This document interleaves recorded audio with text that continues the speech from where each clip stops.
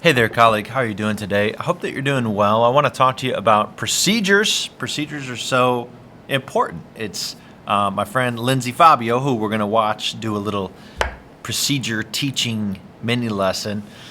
She says it's kind of like what happens when you are driving in your car and you approach a stoplight, and a stoplight turns yellow and then turns red.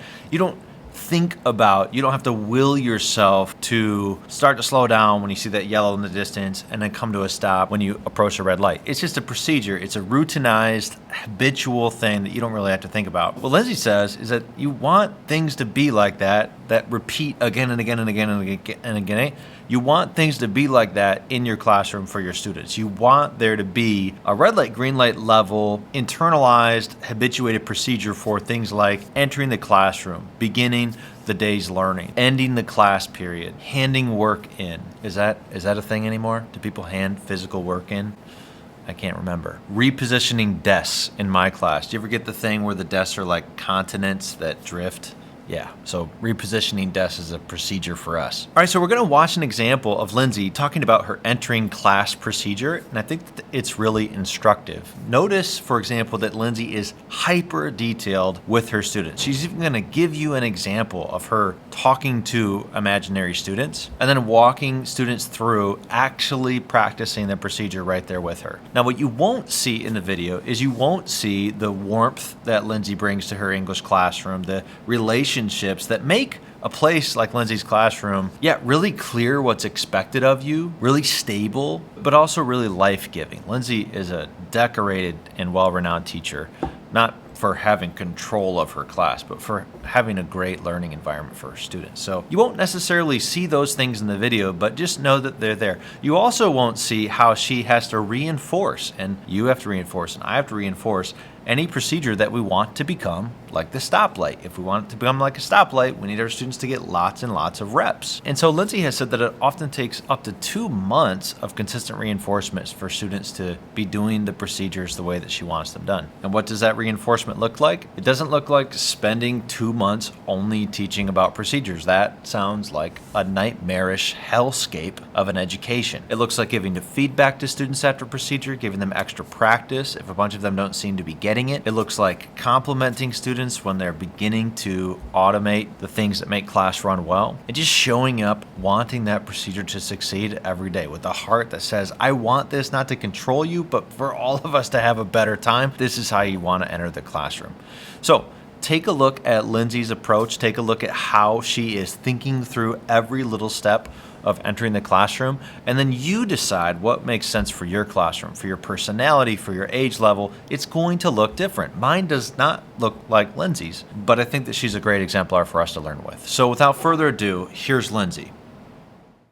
The first procedure I teach is entering the classroom and beginning the do now. And this is how I teach it. All right, class. Let me teach you how to enter this classroom. It sets the tone for excellence for the rest of the period, so it's really important that we get this right. The first thing you'll do is you'll meet me at threshold. I will shake your hand and say, good morning, your name. You'll shake my hand and say, good morning, Ms. Fabio. You will come in the classroom.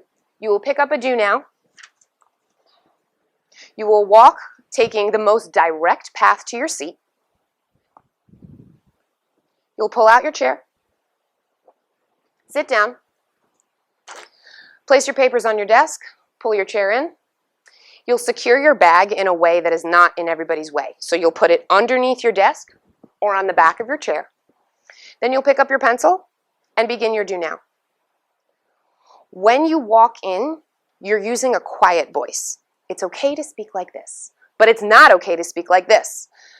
And once you start working on that do now, your voice is off and you are silently working.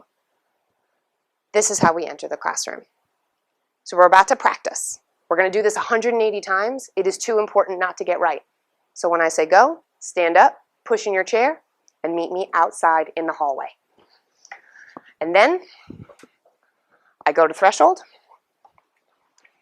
and I hold out for exactly what I just taught. So, good morning, so-and-so. I give feedback to the students who are doing it well. Good morning, so-and-so. Give feedback on the students who are doing it well. When the class has entered, I enter, and I immediately give feedback. All right, class, that was good. Let me tell you what was good about it. People took the most direct paths to their chair. People started working on their do now right away.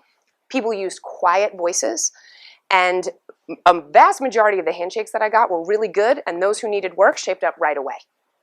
One thing I'd like us to work on tomorrow are our bags. It might not seem like a big deal, but when you leave your bag in the aisle, it's really easy for somebody to trip, usually me, and I would really appreciate it if we could all get them either underneath your desk or on the back of your chair. So I'll be looking for that tomorrow. I'll do my absolute best to remind you. With that, let's begin our super great writing lesson. And then I would segue into whatever content I had planned. So that's how to teach entering your classroom. Decide your procedure and practice standing up and delivering it to your very real students.